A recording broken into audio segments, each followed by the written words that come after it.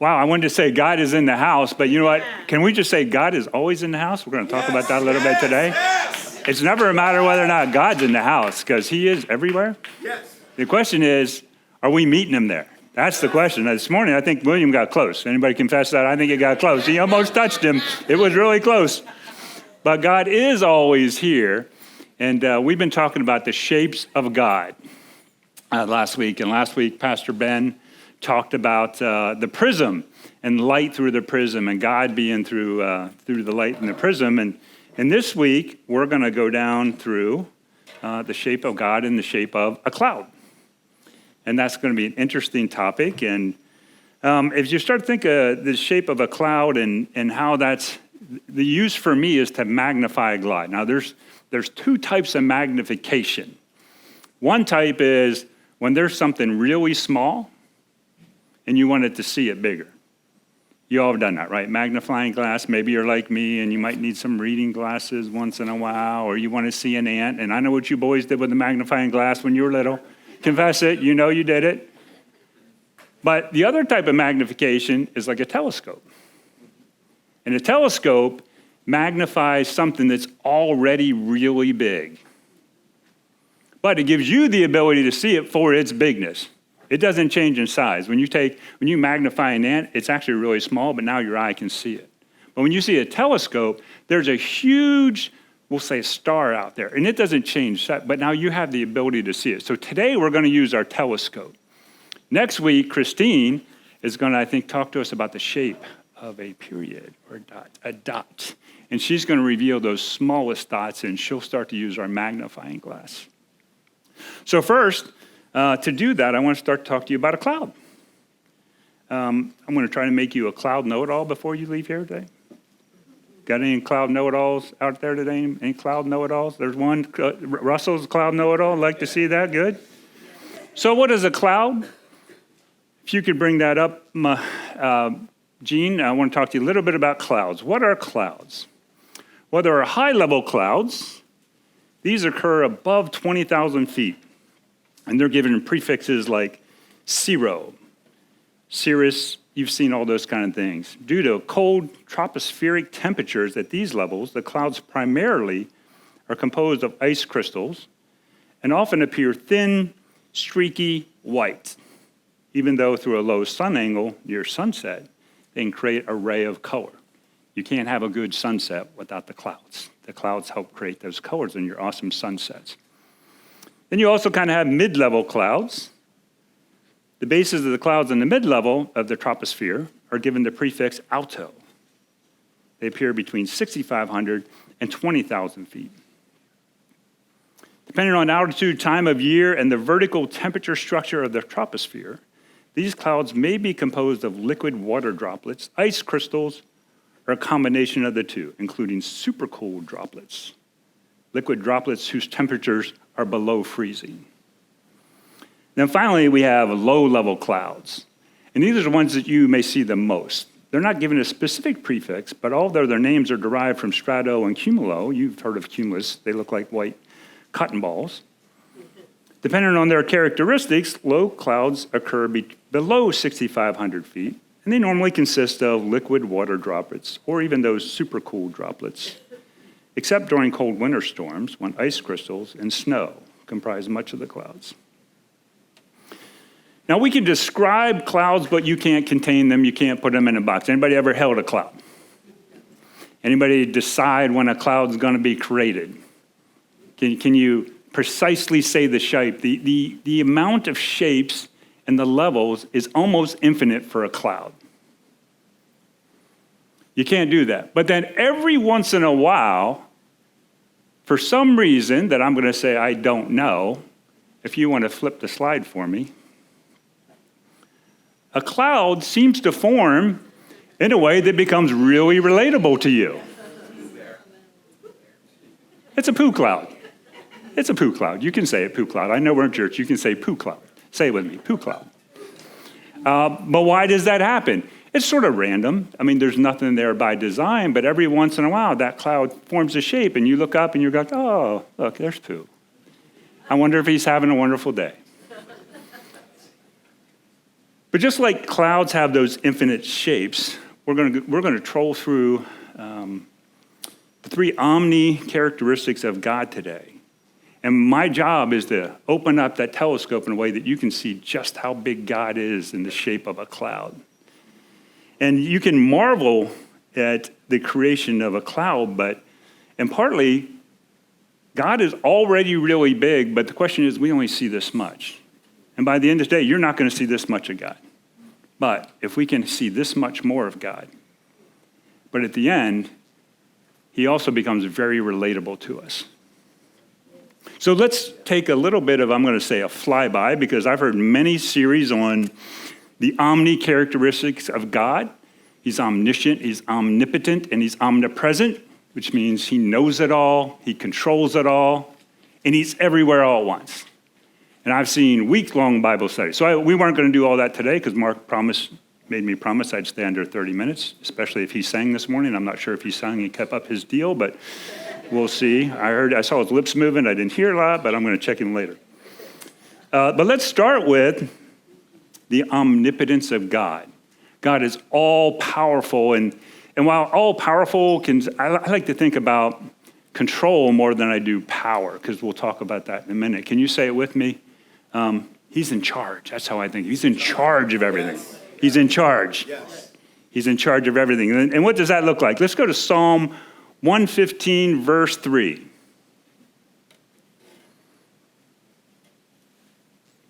It says, our God is in the heavens, plural, not a single heaven, and he does all that he pleases. So first, where are the heavens? The heavens, a lot of times you'll think about that inner atmosphere slightly above the earth.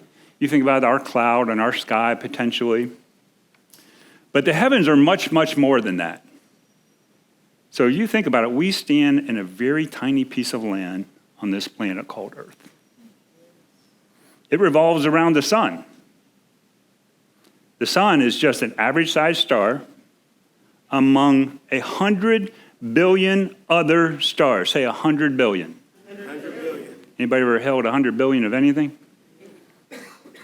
That are in the Milky Way galaxy. The Milky Way is one of billions of galaxies in the universe that is ever expanding.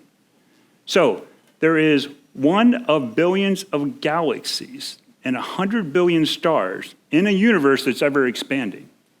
Try and get your mind wrapped around that a little bit. And we just, in Frisco, Texas, on Earth, on a planet, in a galaxy, but 100 billion stars amongst, and we're just in one galaxy and a billion galaxies. So a little bit, I'm going to get your mind wrapped, like how big is God in this context? So let's talk just about a billion, not even 100 billion. Let's talk about how big a billion is and how big God is in that context. It says, let's say several of us are doing Financial Peace, small group, little shout out, plug for that. We'll do that a little later. But what if you wanted to become a billionaire? We're just trying to become baby steps millionaires, right? So we can give like nobody else. But what if you wanted to become a billionaire? What would that take? And you're trying to save $1 billion. And you can save your money at $100 a day. Anybody saving $100 a day? If you are, you're on your way to financial peace. I can tell you that's for sure. But $100 a day. Let's say if you saved $100 a day, and you wanted to get to $1 billion. So if you divide $1 billion by 100, you'll get 10 million days. 10 million divided by 365 days. It would take you 27,397.26 years to reach $1 billion if you saved $100 a day. 27,000 years. That's a long time. Now, you wouldn't get there in your lifetime. Neither would your children, your grandchildren, or your great-grandchildren. If you and one of your descendants per generation saved $100 every day, and each of you lived 90 years, it would take you and 304 generations of your descendants to save up $1 billion at $100 a day. And we are just one of 100 billion stars in a billion galaxies in a single universe. That's a big God. Can you say amen to that? Amen. And he's omnipotent, which means He's in charge of all of that. Another small fact I'll give you to say, so what if you actually just wanted to count to a billion? You're like, Jim, $100 a day, that's not realistic, I can't get it. Let's try to count to a billion. Let's say you start to say small, because you can say small numbers like 4 and 31 really fast. But when you get up to 467,051,372, you can see that takes a long time. But we're going to give you 3 seconds per letter, per number. And if we give you or a friend 3 seconds to say each number, which is probably faster than we could do it, it would take you 3 billion seconds to finish counting to a billion. 3 billion divided by 60 seconds is 50 million minutes, divided by 60 hours, divided by 24 days. It would take you 34,722 days, 95.1 years it would take you to count to 1 billion. And you are in a planet that goes around the sun, that's a star, and 100 billion stars, and billions of galaxies in one universe, all created by God. That is a big and powerful God. Now, again, just like we said earlier, now he's relatable to us, so we'll talk about it. But my mind today, use your scale up. Think about how big God is. Yeah. And sometimes we just think, sometimes, I don't know about you, but sometimes I just think he's you ever think sometimes, well, he's just the God of my country or my town or my people? No. The entire earth, all the stars, all the planets, all the galaxies, all his, he created it. Let's bring that back real to us. So Numbers, not my favorite book of the Bible, but we're going to go to Numbers for a minute. Numbers 9:15 through 17. I'll read it here for you, but just so you get this is God's power demonstrated on earth and his power demonstrated over us and with us. So if you remember, they had left, the Israelites were in the wilderness for 40 years. Remember that? And they're wandering in the wilderness, and they'd already been there for a couple of years, and there was a cloud covering the tabernacle. On the day the tabernacle was set up, the cloud covered the tabernacle, the tent of testimony. And at evening, it was over the tabernacle, like the appearance of fire until morning. So it was always. The cloud covered it by day, and the appearance of fire by night. And whenever the cloud lifted from over the tent, after that, the people of Israel would set out. And in the place where the cloud settled, there they would camp. At the command of the Lord, the people of Israel set out, and at the command of the Lord, they camped. They remained under the cloud. Some days, the cloud would lift. So the tabernacle was set up, and that's where you would go to meet God, and there was a cloud over the people wandering in the wilderness. You remember God provided food and all those other things, but the cloud would be there, and that was God telling them where to stay. And they would be there for a day. Sometimes it would be a week. Sometimes it would be a day. The cloud would lift, and they would pick up the tabernacle, and they would move again until the cloud settled back down. At the command of God, they traveled. But then once you start to comprehend how big and powerful he is and how we live under that power, and we need to stay under it, let's look at James 4:13 through 15. Gives us a little bit of perspective of our place in that. James 4:13 through 15. Come now, you who say, today or tomorrow we will go into such and such a town and spend a year there and trade and make a profit. Yet you don't know what tomorrow will bring. What is your life? You're a mist that appears for a little time and then vanishes. Instead, you ought to say, if the Lord wills, we will live and do that. Just get a glimpse of that, and that's why I gave you those two examples. Now, that's not to say God wants us to make plans. That's wise. But the man that created, the spirit that created that universe and that galaxy and has control and is in charge of everything is in charge of us. And this teaches, and this is a great practice for all of us, make plans. And you know what? If it's the Lord's will, I will do this tomorrow. Because guess what? You're not going to get outside the Lord's will because, can you say with me? He's in charge. Yes. He's in charge. I'm not in charge. You in charge? No, he's in charge. Make plans. Remember, he's in charge. And just like when the people were wandering in the wilderness under the cloud, when the cloud moves, you move with the cloud because he's in charge. God is all powerful. But now, just because he's all powerful, sometimes people will say, well, does that mean he can do anything? No, it doesn't mean that he can do anything. Well, you say, well, Jim, you just told me he was all powerful. He created all the things. Well, as an example, he can't lie. That's right. That's really about the bigness of God. So what do you mean he can't lie? In Hebrews 6:18, it says, so that by two unchangeable things, one was a covenant he made, and the second was that it's impossible for God to lie. Why is it impossible for God to lie? He's truth, he's perfect. What happens when God speaks? How did creation happen in the first day? What did he do? He spoke it into existence. God can't lie because if he says it, it's true. Yes. If God says the sky is green, if he says those words, guess what? The sky will be green. His words are powerful and creative. It says his word will not return to him void. Everything he created, by the power of word, he created everything. So if God says 1 + 1 is 9, 1 + 1 will equal 9. And we all got to go back to class then.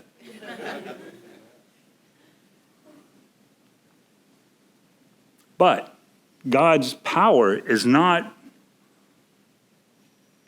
it's not without thinking and knowledge. God is omniscient as well. He has all knowledge. And this is a hard one to grasp as well. So, anybody ever know a know-it-all? Anybody? Come on, you're all thinking of one person. You're like, yeah, I know that person. Every meeting we're in, got to be the smartest guy in the room every time, right? Every time, got to be the smartest guy. You know who it is. And if any of you thought of me right now, we're going to confess later. So, but everybody knows a know-it-all. Difference with God, he actually knows it all. It's his knowledge. And you say, well, where did he get that? Let's look at 1 John 3:20. It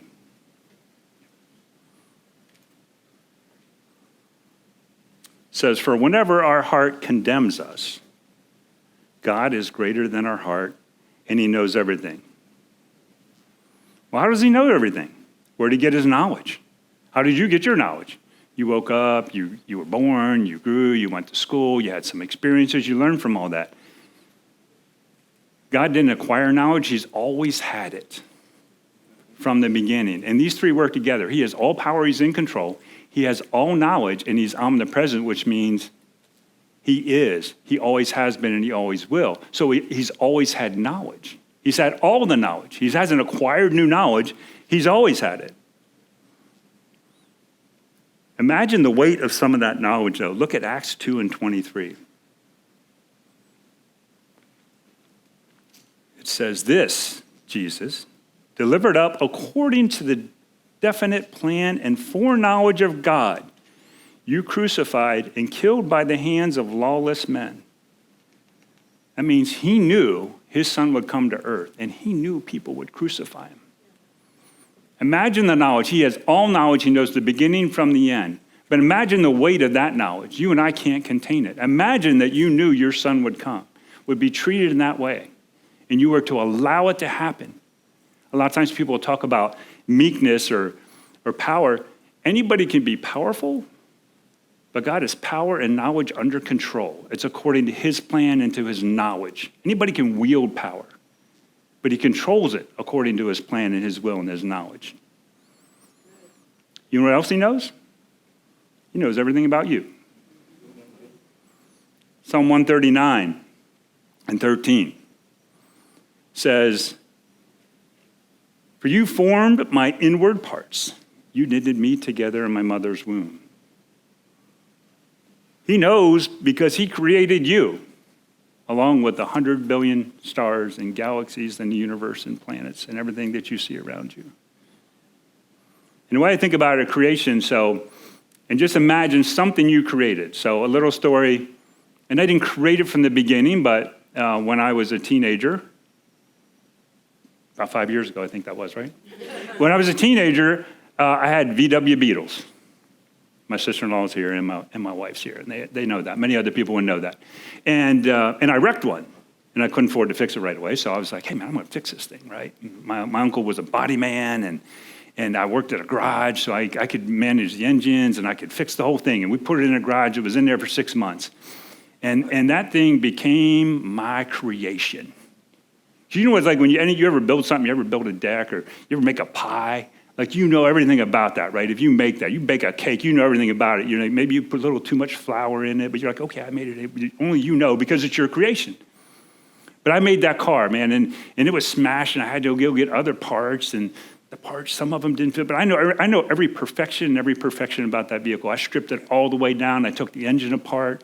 I painted every part of the engine. I knew everything about it.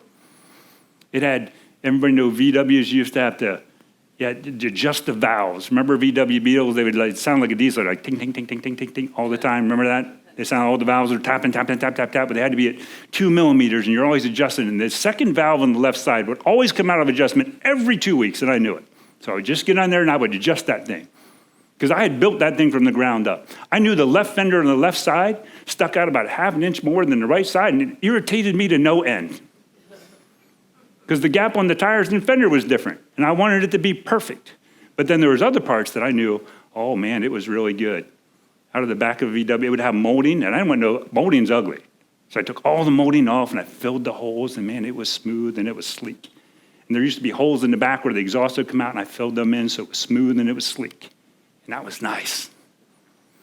That was a really excellent part of my creation. But then there was other parts I was like, I got tired of sand. You ever try and sand that? You fix some rust hole, or man, you get the body fiberglass going and you start sanding it, and to get it perfectly level is almost impossible. And sometimes I just gave up and I said, you know what? Nobody's going to see that but me. Or sometimes you're doing the paint. I learned how to paint, and you have to go past it because you can't stop at the end. If you do, you'll create a little bit of sparkle-like, or you'll get what you call orange peel. Looks like an orange peel. It kind of goes like this. And there was about 3 pieces of orange peel that I knew. Nobody else saw it, but I knew where it was. And every time I'd wax that thing, I'd be like, man, there's that orange peel. Remember I hit that? But I knew that because I created that thing. When I say that, and that only took me about 6 months. I almost lost my girlfriend at the time, but she stuck around. Good news. But like, that's the detail I know. You know that about things you create, don't you? If you build a deck, you know which nails you hammered in too far. If you made a cake, you know, maybe you put an extra scoop of sugar in there that you weren't supposed, but you knew it and it tastes good, right? You knew that. That's how God looks at you. He created you that way. It says he numbered the hairs on your head. That's a big God. I was just telling you a little story about a car that eventually went away and I don't even have anymore. But imagine the power there are approaching 8 billion people on this planet today. And he knows the hairs on each one of your heads because you're his creation just the same way as you're the thing you created. That is a powerful, really big God that is hard for me to comprehend. And when I say he created your body, I'm just going to give you some facts again. Just how big is God? When he created, if you ever looked at the marvel of the human body, it's just one body, and he created all of us, but just one body. You know, you blink about 20 times a minute, which is equal to 10 million times a year. Your cornea, the transparent part of your eyes, doesn't get any blood and receives all the oxygen from the air. Do you know your body consists of so much fat that it can make up to 7 bars of soap? I might be. Once the oxygen supply is cut off, your brain can survive 3 to 6 minutes. You know, you get fingertips from the time they were embryos. When you were an embryo, you get fingertips. 3 months after you're conceived, the first trimester, you have fully developed fingertips. That's a marvel of a creation. You know, when you blush, you feel it in the lining of your stomach because it also turns red. Imagine that creation. Your heart can sync with the rhythm when you listen to music. If you watched William this morning, it was going like this. Man, your heart will go with the rhythm. This is the marvel of a creation that God created in his spirit. And if you just look at some of the fascinating points about that, you get a diving reflex. And your body shuts down its bodily functions when you get submerged in water. You can glow in the dark, but your human eye can't actually see it. You know, some of your organs are in singular counts and pairs. But you know the organs in pairs, you only need one to survive? Why?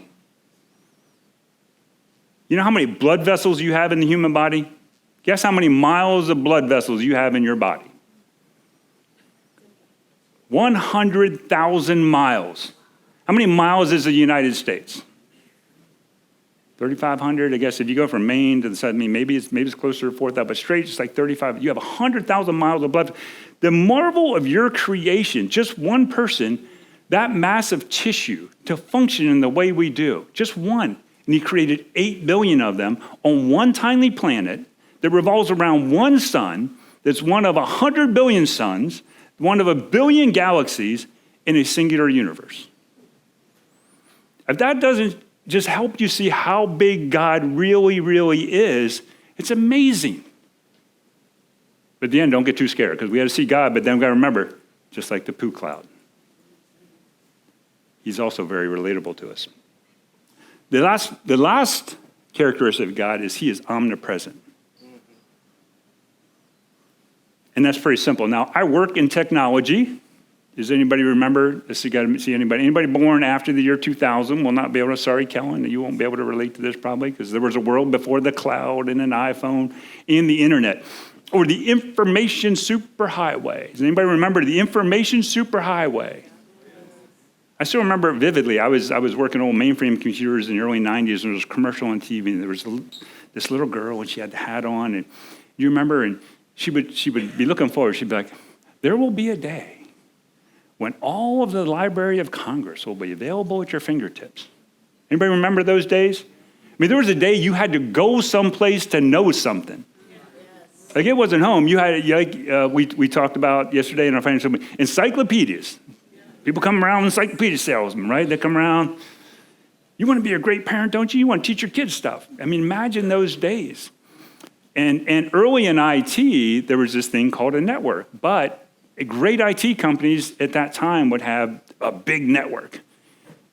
And everybody thinks about network being today fully connected. It wasn't. Those who had the biggest network were those who were most successful. And when you think about when the cloud emerged, which was really connected to the information superhighway, it happened because they defined a particular set of protocols that all the networks could talk to each other. All of a sudden, for the first time in history, and it's hard to remember, if you didn't live there, if you lived there, you know that. You had to go someplace. You didn't know nothing. You didn't even have a cell phone. They had to call you at home, and if you weren't home, you didn't talk to them. Period, full stop. You left your job at 5 o'clock. Eventually, you had a pager that you could go find the phone and call back. That's how that place used to work. But then you had this singular network. And they created a standard to go, hey, if we all create our network the same way, all these networks can talk to each other. And then in a period of about 5 years, the entire planet was connected. But even at that was 25, 27, 28 years ago. And now because of that, especially during the pandemic, you can almost be anywhere. And I remember talking about that, right? A child in the easternmost place of India can connect to a network and work for a company in Texas. Seems normal now. In the 90s, that would have blown your mind. Would have blown your mind if we had told you in the 90s that you could sit in Asia somewhere and then you could work for a firm in Dallas, Texas. It was incredible. That's where we are today. But even with all that today, did you know there's still 2 billion people on the planet not connected to the internet? They're still cut off. They're still isolated. I only say that is a little glimpse of what it means to be everywhere. And we're not everywhere. See, we don't actually go anywhere when we have those things, right? We're connecting to those places and we interact and but we stay where we are. But that's only 6 out of 8 billion people. But when it says God is omnipresent, he is everywhere. Sometimes we think about God like he's not like us. He is. Look at Genesis 1. God never wasn't and never won't be. What's it say in the beginning? In the beginning, God created the heavens and the earth. The earth was without form and void, and darkness was over the face of the deep. And the Spirit of God was hovering over the face of the waters. It's called the beginning. Everybody's used to beginnings and end. I was born and I'm going to die. I started a thing and I ended a thing. So this is called the beginning, but God's already there. That means God doesn't have a beginning. I know this is hard. Again, this is a big God. There wasn't some burst and all of a sudden, boom, God came out of it. There's no big boom theory for God. God always was and always will be. He's not bound by time. If you could time travel and you went back in time, he was there. He always was. In the beginning, he was there. That's a big God. He's not bound by time. He created time. And how does he accomplish that? Look at John 4:24. It says, God is spirit, and those who worship him must worship in spirit and truth. Sometimes it's hard to comprehend, and we talk about a three-part God. Those are things we created so we could relate to God, but God is spirit. That is one of the ways he is everywhere all at once. Then look at Exodus 3:13. If you remember, this is Moses in the burning bush. But look at God's words in that time, and I don't have time to go into that whole teaching. Moses said to God, if I come to the people of Israel and I say to them, the God of your fathers has sent me to you, and they ask me, what is his name? What shall I say to them? And what did God say? He said, I am who I am. He didn't say I was, I will be. He said, I am. A continual state of being because he is spirit. God is everywhere all at once. It's hard to imagine. We can imagine being connected to things and going and connecting to people, but being everywhere at all once. That is a big God, and it is hard to comprehend. Eric, if you could come up with a worship team. So I want you to take away a couple things, but here's the really important thing. Well, my job was to take a telescope for you could see how big God is. And I don't know about you, but sometimes when I go through all that, it gets a little intimidating. But three things about God you should always know. When we say he's in charge, say it with me, he's in charge. He's in charge. He knows it all. And he is everywhere all at once. But here's the thing, God has power, and he has his power under control. While our minds, it's hard to comprehend all those attributes. And I'm not here to compare God to a cloud.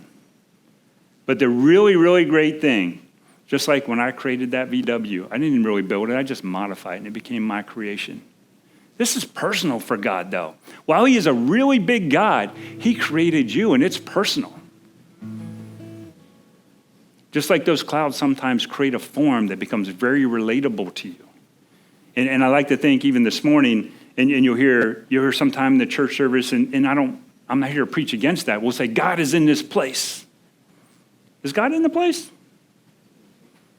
He always was here. He was here before you got here. He's going to be here after you leave. God never leaves this place. He never leaves you. He says we get a deposit of the Holy Spirit. And when you are saved, you get a deposit of the Holy Spirit. He never leaves. But the question is, what is the difference? If God always is present, what does it mean when we say he's in this place? What it really means that his creation has suddenly become available to him, who's always there around you. He has a deposit inside you. Part of the reason we worship, because you're a three-part person, it helps you get your brain out of the way and sometimes your heart out of the way, and all of a sudden reveals your spirit. I almost saw William's spirit this morning. I don't know. I saw a big portion of it for sure, right? Just getting yourself out of the way. You're like, I'm God connecting with God because he's here. And I don't mind where God showed up. No, God showed up. He's always placed. Now, sometimes he intends to move. And just like that cloud, there's an evidence of him being in the room. Sometimes it can be hard to relate to God. He's like those clouds at sunset that you can't see. But when God is in the place, it's like that poo cloud. It's like God is in a form around you in a way that's personal and relatable to you. It's like you can feel him sitting next to you, and that's not an accident. Sometimes he brings a little tear to your eye because he helps you remember, because he cares about you and he thinks about his emotions and your emotions, and he knows where you're hurting. Stand with me in the house today. We're going to have to worship a little bit. It's personal to him. He's everywhere around you. He knows where you're going to go. He knows the mistakes you've made. He created you. Of course, he knew the mistakes you're going to make. He knew the great things you do. He knew there's things he looks at you and he goes, oh man, I really like that. And I know, just like Paul, I know there's this little thing, there's this little tick they got. I know that's my creation. I still love it. It's personal for God. So God is in the place. And when we come to church in those places, we're not going there and hoping God shows up. God's there. The question is, are we going to show up, or are we going to be available to God? We're going to have a prayer team down here. I think it's Andre and Mary on the left, and Julie and we'll join you to the right. But as we worship in this last song today, that would be my challenge. Well, God is a great big God, and hopefully I've helped you look through your telescope today and you see just Like, you can't even use words. When I try to use words like big, I mean, they just don't seem to get it, right? When you start thinking about a billion and galaxies and stars, it's almost unfathomable. That's why they use words like infinite, because you can't explain it. You can't put a number to it. That's God. That's how big he is. And yet, once you've seen that big is the God, the thing you should take comfort in is he knows you by name. He knows how many hairs are in your head. He knows how many went gray and how many fell out. No matter how much I try to hide it, he knows. He knows everything about you. He cares deeply about you. So again, the question isn't, will God connect? The question is, can we get out of the way? Can we see him? Can we connect with him? Just know that he's always around you. All of his persons are around you. Let's just go ahead and worship some.